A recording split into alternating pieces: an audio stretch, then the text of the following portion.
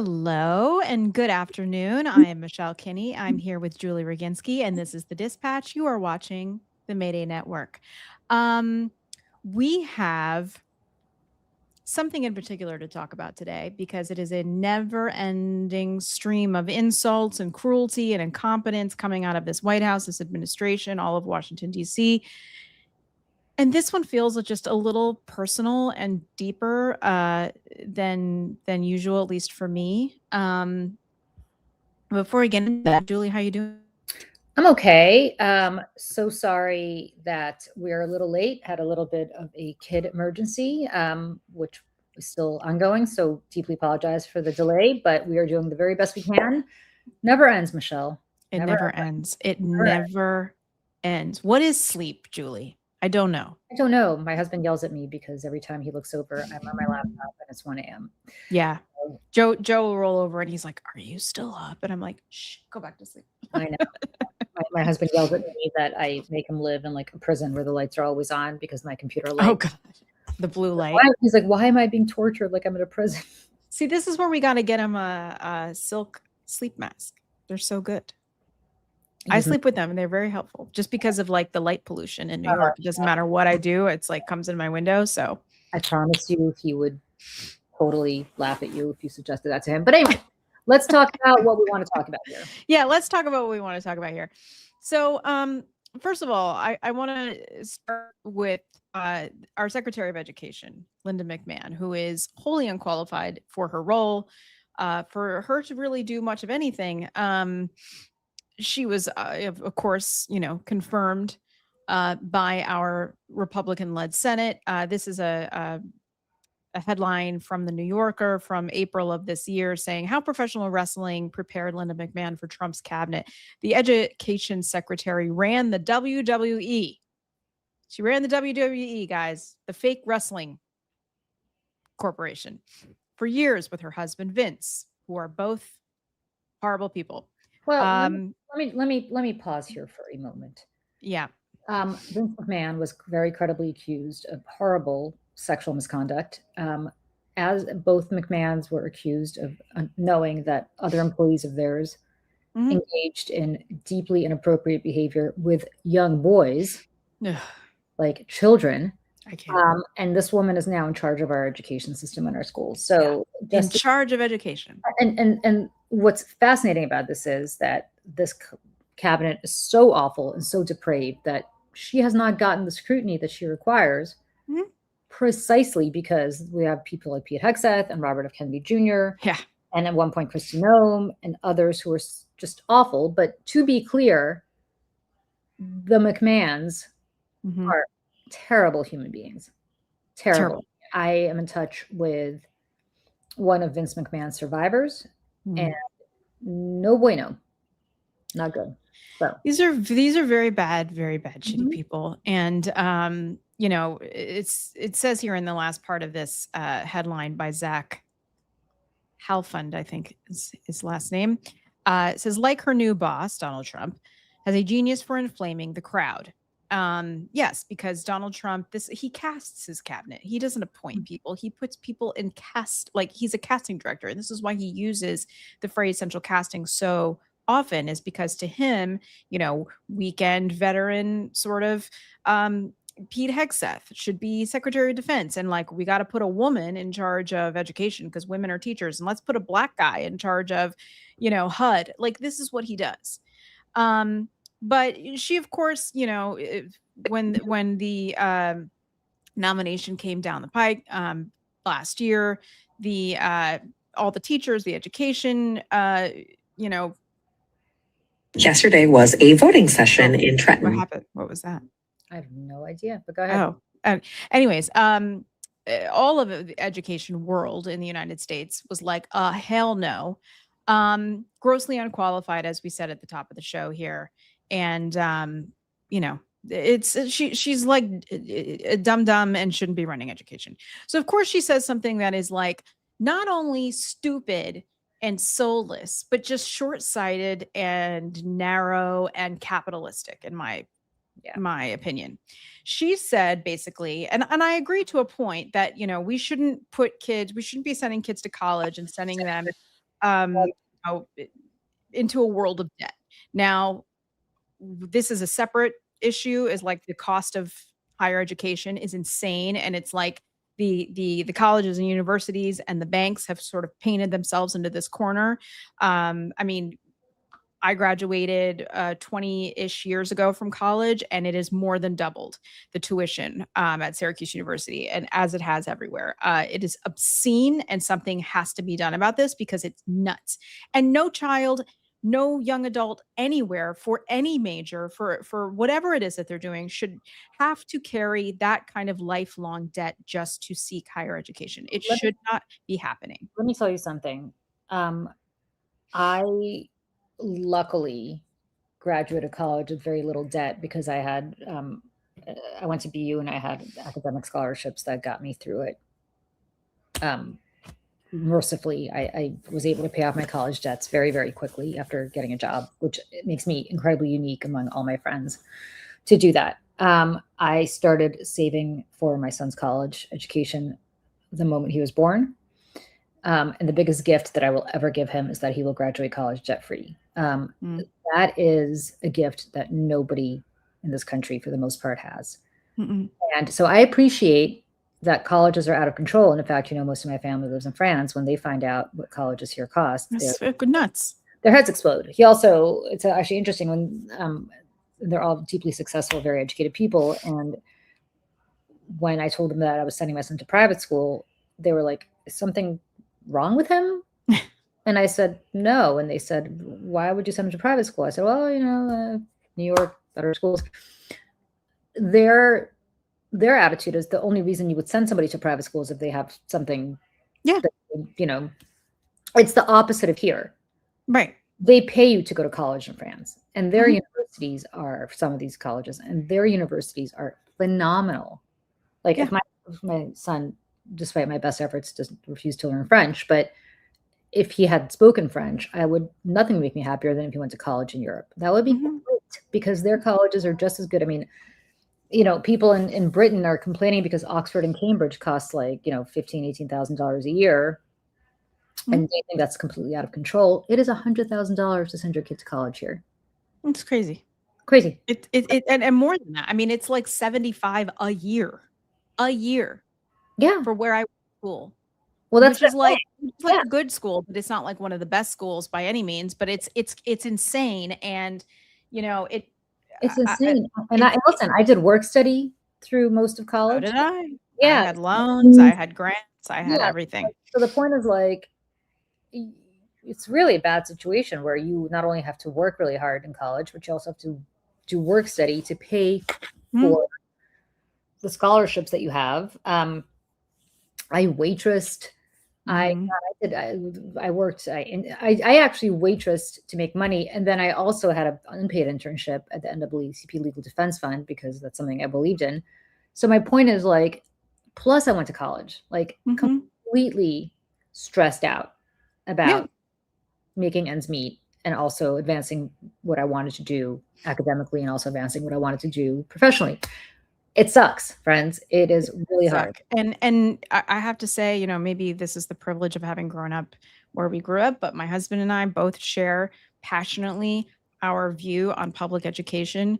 We should have a fully funded with public education, K through 12 in this country, with teachers paid 6-figure salaries. And, I cannot think of anything more important than sending the next generation of kids into the world with a good head on their shoulders and understanding how the world works. We wouldn't need charter schools. We wouldn't need all these things if we had great public education. My husband went to a public law school. He went to the University of Michigan.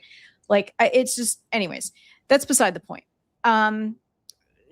So when Linda McMahon said basically that sending these kids out for a world of debt, which, by the way, it doesn't matter what your major is, this is everyone's reality, said that theater majors and film majors are essentially a waste of time and money. Now, I can say, yes, you are sending someone into an industry, if that's what they end up doing, where there's not a lot of work. There's not a lot of ways to make money. And trust me, I was a struggling actor for over a decade. I get it. I I have very specific feelings about this, if anyone cares. I feel conservatory programs that do not offer a well-rounded education or college experience in addition to that, I think that they're a waste of money. But if you're going to a place like the University of Michigan or like places like Syracuse and things like that, have a big school with lots of experience, I think that who cares if you can even get into those schools, which they are incredibly selective, more power to you. And the reason I say that is because, again, I was a theater major, and I believe in the depths of my soul that an arts education is one of the greatest gifts that you can give someone. It makes you a better person. It makes you more communicative. Your collaboration skills, leadership. I mean, there's so many reasons why an arts education, I think, is so fundamental. So anyway, so when it makes you more communicative, your collaboration skills, leadership. I think, Julie. Yeah, I think you have YouTube open up in the background. I think so. It's weird because I did not. Yeah. Yeah. So anyways, so when she said this, that basically film majors and theater majors, these contributors to our culture and country, said that they're a waste of time and money. This wonderful Congresswoman from Oregon's 1st Congressional District, Suzanne Bonamici, had something to say. And she posted this on her social. And I wanted to share this with everyone because I am so appreciative of it. Oops. You know what Michael Eisner, the CEO of Disney, and Andrea Zhang, the former CEO of Avon Products, and Indra Nooji, the former CEO of PepsiCo, and Sarah Blakely, the founder of Spanx, do you know what they all have in common?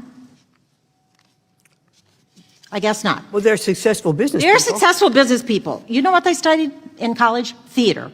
They were theater majors, but you recently said a degree should set up graduates for success and not trap them in lifelong debt.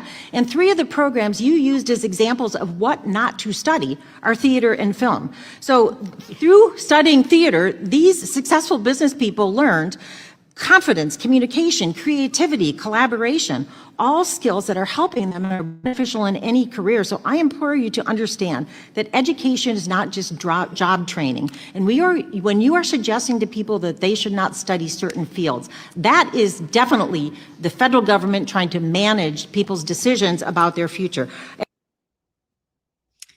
So I want to say, first of all, thank you to the Congresswoman from Oregon on behalf of every theater kid in the world. And I also just want to say, before I show a couple other things that I think are really important, Julie, is that when I left theater, when I left the arts and the performing arts to pursue careers outside of it, because I knew that that's not something I wanted to do anymore, I hid the fact that I was a theater major. Really? I did.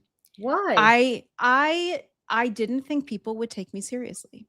I didn't think that people would want to hire me because being somebody who went to school for musical theater, it didn't seem like a serious thing. And so if I ever wanted to be taken seriously, that's not something that I could talk about. That's not something that I could, and so a lot of times just on my resume, it would say BFA Syracuse University. And that could be whatever somebody wants it to be. You know what I mean? Like I didn't want to be specific.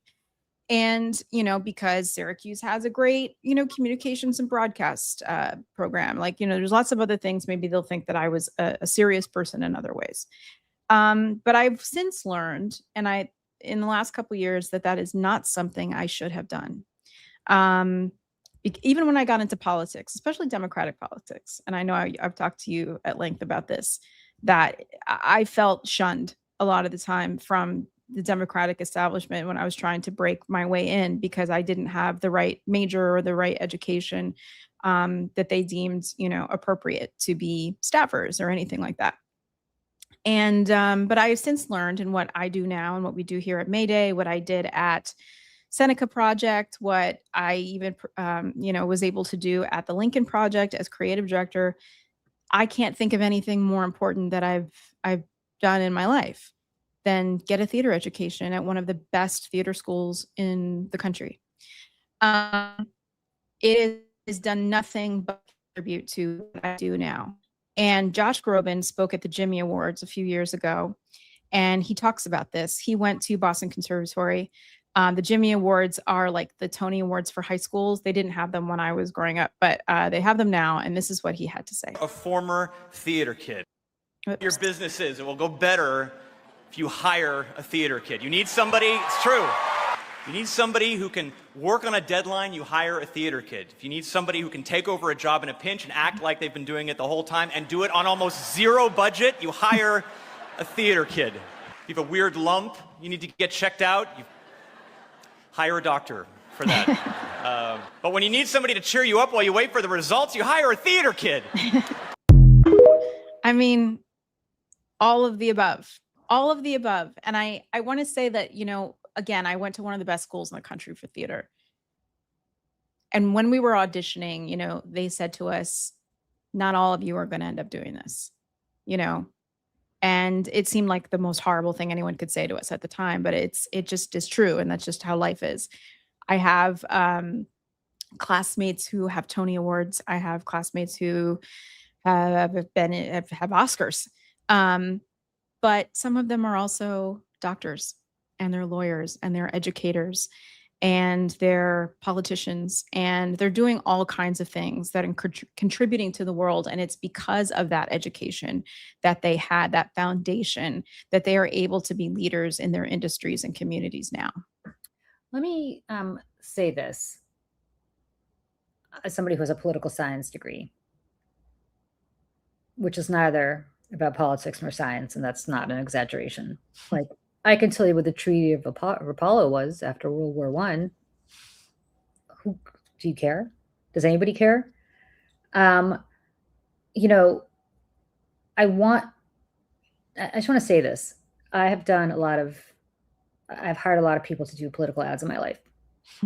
All of them have had political science degrees. And then Michelle came into my life. And Michelle and I just had a discussion today about an ad that's not actually a political ad. It's about something else that I would like her to work on. But like, the outside the box thinking is exactly what distinguishes, right? And exactly what I think makes you very talented in this world. My husband's a lawyer, and he's a trial lawyer, and he's an excellent trial lawyer. But the reason he's an excellent trial lawyer is not just because he knows the law backwards and forwards and is super, like, crosses his T's and dots his I's and just prepares like crazy. It's his performance in front of a jury. I've seen him in front of a jury, and he is an actor. He seduces them. True. And he was not a theater kid. He was a history major, but nevertheless, he would have been a great theater kid because I've seen what he does in front of a jury. And the truth of the matter is that this notion, I don't want to focus on the theater aspect of this as much as I want to focus on this notion of everybody should go to a vo-tech school. Because they can become a plumber, or they can become an air conditioning repairman or woman, or they can go be a doctor, or they can go and be a lawyer. Well, Linda McMahon's husband made a shitload of money. He's a theater kid at heart. Off of non-union performers, by the way. Yes, but I'm talking about him when he get into the ring. Yeah. Let's get ready, all that bullshit. Yeah, like, that's a theater kid. And if he had gone to a theater school, he would have probably benefited just as much as he did. I mean, ultimately, it doesn't matter what I don't know, Vince McMahon, I don't even know if he went to college. I don't know either. Well, let's assume that he did go to college. Whatever he learned was, happy for, it would have been good for theater, would have been good for whatever. But the point is, like, Kev Cox, I don't even need to go to school to get a medieval British history degree. I can teach people to get that medieval British history degree. That's because I'm a nerd. My point is, like, but what am I going to do with it, right? That's an intellectual pursuit. Yeah. Your theater degree is a lot more relevant in life than my poli-sci degree. And we both work in politics. It's true. It's true. I think they're equally important in different ways. I mean, like, I can't bring things to the table in a more like data centered way or, analytical way. Right. That's nothing. That's nothing I learned in school. I mean, well, yeah. I mean, to be fair, what I learned in school was entirely history, right? Like, it was just a political bent. Yeah. And so, like, I don't honestly know the difference between a history major and a poli-sci. I know. I was like, I took classes in both of those departments, and they seemed kind of overlapping. But I suspect she would probably say all of the liberal arts are time. Like for a while, I was a philosophy major. I was a double major in poli-sci and philosophy. And like, I got to tell you, what I learned in my philosophy classes has helped me and kept me in better stead professionally than anything I would have learned if I was doing anything else. And to say that the government is now telling you, because the next step here is that they're not going to fund certain Pell Grants for people who are studying certain things. Like this is where this is going, right? They're about to tell you what you should do. Oh, 100%. The NEA, like all of it. Yeah. I mean, this is what happened with the New Deal. So just so people know, part of the New Deal was bringing theater to people in every corner of this country. There was a part of the New Deal that Franklin Roosevelt did that literally brought tiny little stages to like a field outside a coal mine so people could leave the coal mines and go see a new play. And so much of it was like new works. It was Arthur Miller. Like this is what got a lot of these people on the map. Now, shortly after, during the Red Scare and communism, they were like, oh no, too many ideas out there, and they got rid of it. But that's what happens out of fear of knowledge and empathy. And I just want people to be clear as to like what's going on here. We have a bunch of really ignorant people in charge of every aspect of our lives. They are in charge of our schools. They are in charge of our universities. They're in charge of our health. They are in charge of our public safety. If I kept saying, if I were sitting in the Kremlin back in 46 or 7, or whenever the hell Donald Trump was born, and I wanted to create in a laboratory somebody that I was going to send into the United States to destroy this country from within, I could not have done a better job than Donald Trump, because it's not just him, it's everybody he surrounds himself with. And to me, college was like, you know, when you're like, there are aspects of your life that you like really excel at. I really excelled at college. Like I'm really good at it. I didn't really. No, I really excelled. I was bad at like getting stuff done. Yeah. I excelled at college. I am the kind of person that if I have a paper due at the end of the semester, I start writing it the day it's assigned on the first day. Like I was one of those people. And so I wanted to say that to me, like I loved college. I loved academia. I loved it. And in some ways, I really wish I were, because there's a part of your brain that you use that you just don't use in the real world. I'm so grateful that I had those years to do that. Like, I'm so grateful that I could nerd out about the Treaty of Apollo, which again, is completely useless. Yeah. It is completely useless. If anybody wants to know, it was a treaty about the Austro-Hungarian Empire and Italy getting pieces of it after World War I. It doesn't matter. The point is, that's the kind of shit that gets me really excited and gets nobody else excited.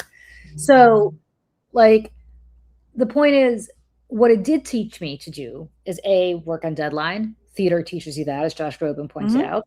It teaches you to think analytically.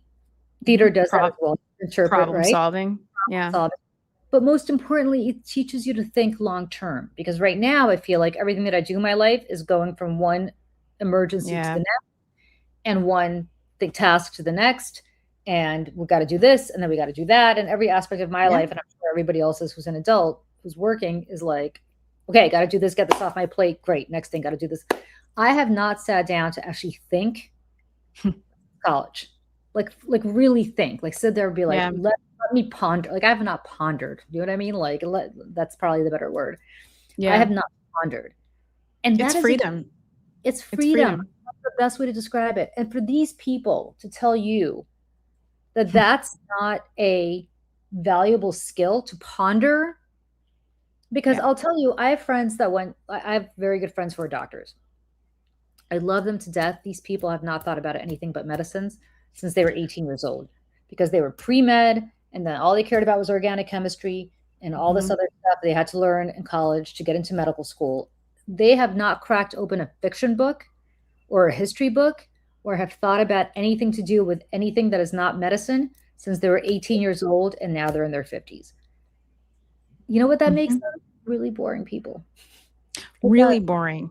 And you know, it's funny you say that, because when I was in high school, I sang in a jazz band that was all doctors. They were all like pediatricians and stuff. And like, I was, you know, in the community, like everybody kind of knew me it's a very small community. And so they asked me to come sing, and I were like, it, at the time I was like, that's kind of funny. But looking now as a 43-year-old, I was like, no, that makes total sense, because they needed an outlet and they needed a way to be themselves. And they were like classically trained musicians in addition to having, to being successful doctors. And, you talk about being able to carve space out.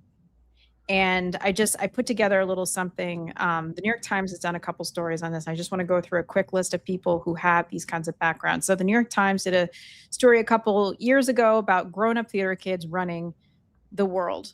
And it was Madison Malone Kircher who wrote this.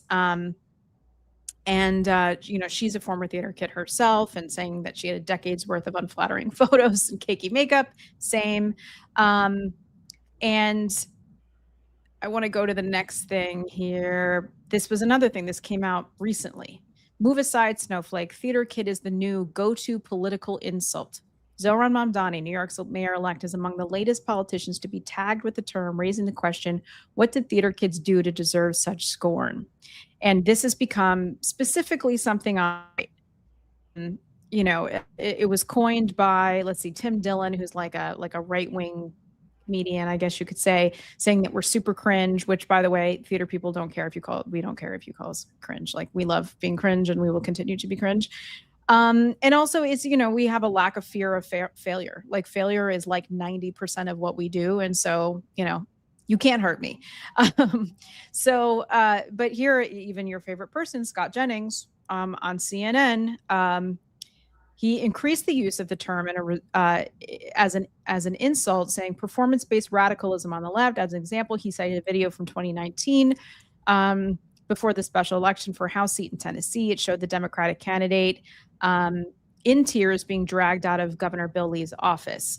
And he said, he called her basically like, this is theater, like, you're a theater kid. And it was this huge insult. And I mean, she ended up losing anyways, but beside the point. Says the guy who mugs for the camera who says the guy who mugs for the camera, and literally in a podcast a couple months ago said that he is an entertainer. That's the words that came out of his mouth. I just want to go through a list of people with theater backgrounds.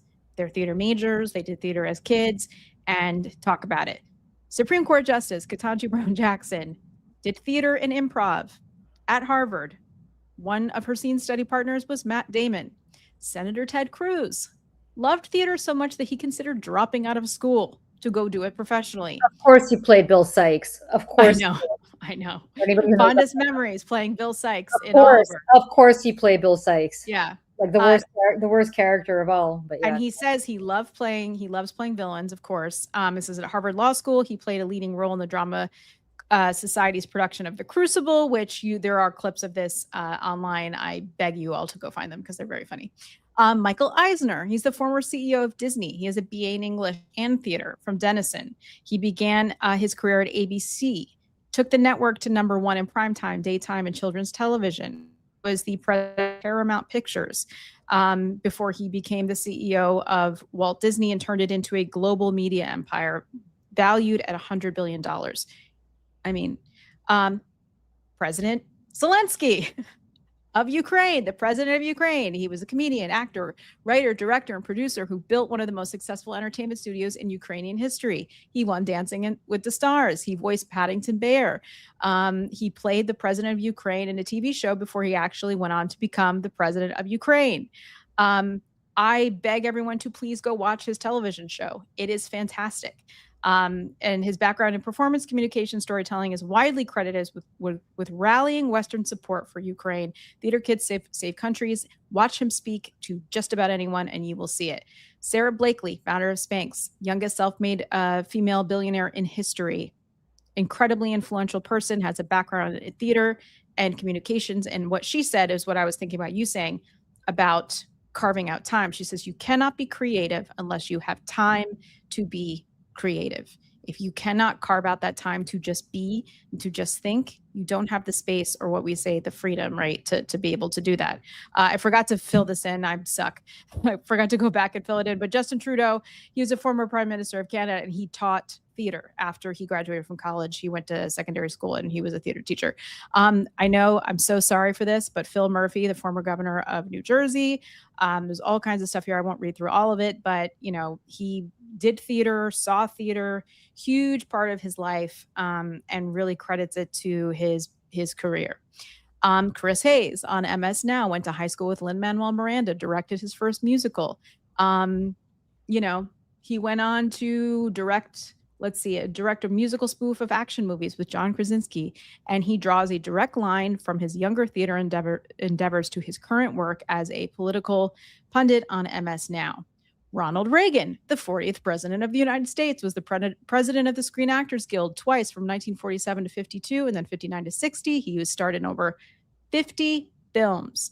Aaron Sorkin, he's a Syracuse University musical theater major. He's gone on to win countless Tony, Emmy, Golden Globe, and Oscar winning pieces. But one of the biggest things that he has talked about, and we shared a drama, we are a group of people who can do anything. We are a group of people who can do anything. Ben Shapiro, like him or hate him, he is one of the most successful conservative political commentators in the country. And he started out as a theater kid and a violin prodigy. So, say all that to say, these are the people who are running the world. And here are some of my classmates. Josh Letterman, you probably have seen him on TV, was a theater major with me at Syracuse. He ended up leaving after freshman year, but that's Josh. And I'm so sorry to Jason for this photograph, but this is Jason Selvig and myself. You probably know Jason Selvig from The Good Liars. He goes around to MAGA events and rallies and interviews people, and then here is me and my dad when I was little. And that little person grew up to do what I do now. And I really give it all to my arts education. And these people that are running the country right now are the cruelest, most empty, just thoughtless people that they cannot stand people who are extraordinary.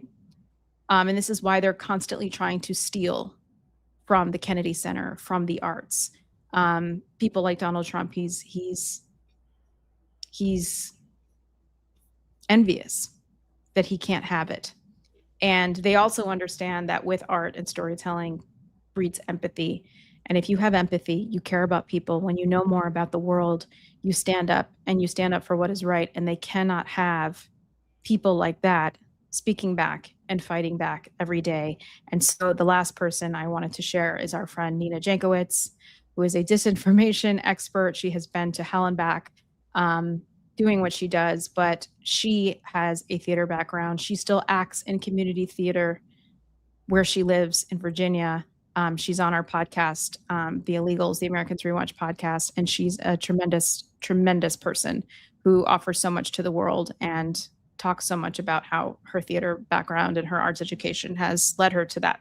So, this is just another example of these people being so short-sighted and cruel, and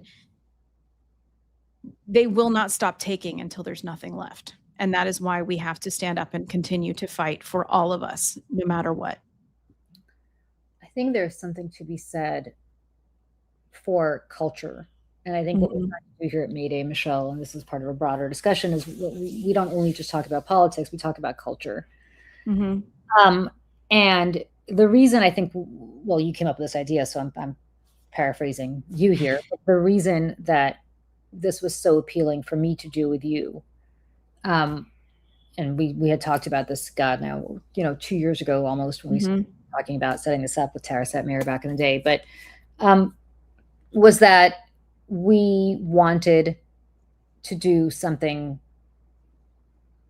that was not just the usual, like, oh God, Donald Trump sucks and so good. And it's a stuff's like, I mean, it's important, but like, it's not because our lives changing anything. Because our lives are richer than that, right? Our Mhm. lives, I mean, I think if you only spend time caring about politics, reading about politics, immersing yourself in politics, and I do this for a living, guys, so I spend a lot of my time talking about politics, thinking about politics, immersing myself. Mhm. It is really, it's problematic in the sense that there's so much more in life. Like, I can't go to sleep unless I read a fiction book. Like, I just can't do it. If I read the New York Times on my phone at night, like, I'll be up stressing until 3 o'clock in the morning. Like, I need to read fiction. My brain needs to be immersed in something that has nothing to do, and not political fiction. Like, I don't want to read about how the president of the United States has a deep conspiracy to blow up the world. Designated survivor. Yeah, like, and I think part of the reason, Kevin Cox jokes like about medieval history is like because it's like a fiction book. I mean, it actually happened, but like it has nothing to do with my life. Mhm. It's far removed from whether Eleanor of Aquitaine stays with her husband, the King of France, or marries Henry II, the King of England, has nothing to do with me. Like, it's a great story, and I urge everybody to read it or to read about it, but it has nothing to do with me. And I think that's culture to me.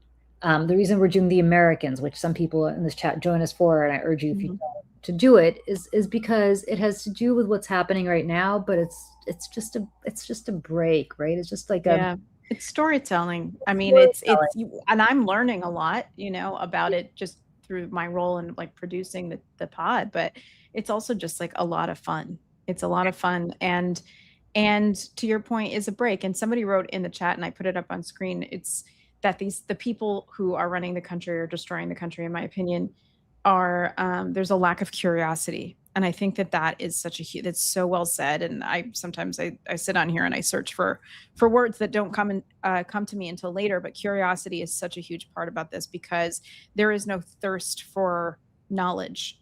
There is no thirst or inspiration to try to know more or do more. And like, that's not what any of these people do. And I think about people like my queen, Hillary Clinton, theater's most famous super fan, and she is like, this woman does not miss a show. She has produced Broadway shows, and she does it because it makes her feel something. And to this day, when she walks into a Broadway theater, the whole theater gets up on their feet and gives her a standing ovation. There's a reason for that, and there's a reason why the community loves her, and she gets it. And it's unfortunate that she's been painted as this sort of like cold, calculated person, because I think in some ways she had to be. But I think she's anything but. And what she does in her spare time, I think, should tell us a lot about that. And it's I don't get to the theater as much as I wish I did. That obviously, that being my thing and my background, but from a very, very young age, I didn't grow up near theaters. First of all, we didn't have the money to be going to New York or doing anything like that. The musicals I saw were at the local high school. So my mom put me in front of the TV, and I watched Singing in the Rain, and I watched The Wizard of Oz, and I watched My Fair Lady. And like, that was my escape to a different world. And it's why this is all just so important. And our biggest export in this country, has been film, American musical theater, jazz, rock and roll, all the things that have come from here. These people are trying to destroy. And starting with, right, in this conversation, Linda McMahon, who wants to start destroying that before it even begins. When these children enter public education, and the second that you start stealing that from children, we are creating an empty, soulless. I mean, for all of the, we hate communism, we hate social. When we look around, communist countries that have all these gray buildings and things like that, that's what we're becoming. All gray, no color. I will say, however, having lived in a communist country, the communist country, when it was a communist country, the government was deeply involved in what kind of art you could create. But nevertheless, art was deeply accessible. So we could go to the Bolshoi to see ballet. We could go, we could go to the theater. One of my best memories was being 5 years old or 6 years old, right before we left, and going to see going to see Carmen in the Kremlin, at a theater inside the Kremlin, with my grandfather. I just remember that day so well. But I mean, that's the kind of stuff that was very typical for a kid to do. We didn't have any special privileges to do it. It was just, you did it. Yeah. It was part of life. It was part of life. And, think about what that does for a little kid who's able to do that. And, I deeply wanted to be an actress when I was little. I spent my summers, I was a latchkey kid living in the Bronx. I spent my summers having Joseph and the Technicolor Dreamcoat, the Annie soundtrack, on record repeat, where I would literally sing at the top of my lungs for hours. I would just play it over and over again for hours. And all I wanted to do, I think I've said this, I wanted to be on Broadway. I wanted to be discovered. I wanted to go be discovered by Michael Landon, to go be in Little House. Then I wanted to be Alyssa Milano, because I wanted to, be in Who's the Boss. We can leave aside that Tony Danza's on. Which is what makes Danza so devastating. I know. I did nothing with that, except that one day I ended up on Fox News, able to comfortably speak in front of 3 people who watched me every day and not scared, and develop that presence, and because I imagined myself as a little kid singing in front of a Broadway stage, which I of course never got to do. Yeah. That's the kind of thing that you cannot teach. No. It has to be done. You just have to do it. It has to be done. And to tell little kids that they should not think about a theater major or be in the arts, it's just so shitty. It's so awful. Well, and it goes beyond just college, and that's where the childhood, I think, that comes into this, that makes me so angry, because, I grew up when I was very little. I started dancing. I didn't start singing until I was much older. And I remember the first time I had to sing in front of people, I was so scared that I started crying. It was so terrifying to me. And that was monumental in the rest of my life, having the confidence. And I'm not the only one. The theater that I did in high school, at a public high school, first of all, will never be that much fun ever again. Never. And it never was. Those were the best times of my life, because all of those people, by the way, went on. There were 2 Navy SEALs. There's somebody who ended up working in politics. There's pediatric. We went everywhere, all of these kids. And, it made us all better people and better functioning members of society, because we had this public education with music. And it makes me think there's this great line from the movie Mr. Holland's Opus, where the vice principal is telling the music teacher that if he was forced to choose between music and core subjects like reading, writing, and long division, he would choose long division. And Mr. Holland says, well, I guess you can cut the arts as much as you want, Gene. Sooner or later, these kids aren't going to have anything to read or write about. And that's yeah. Yeah. And that's before AI comes in and writes it all for you. I mean, oh yeah, but Linda McMahon, who called AI A1, she called it A1 because she was reading off of it. She didn't even know.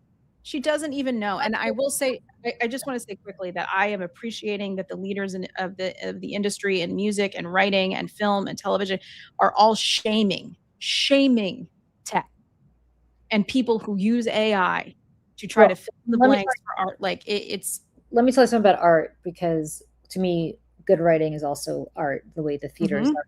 Absolutely. That's one thing I wish I could do, honestly. So I'm a writer, as people know, my Substack. I can tell you, I don't have to run it through a AI detector or anything. I can tell you if somebody's Substack is written by AI, because it is all the same. Yeah. The cadence is the same. It regurgitates something that has already existed. The stupid analysis is the same. Well, it's not stupid, but the analysis is the same. The metaphors, they always have metaphors. The metaphors are the same. Yeah.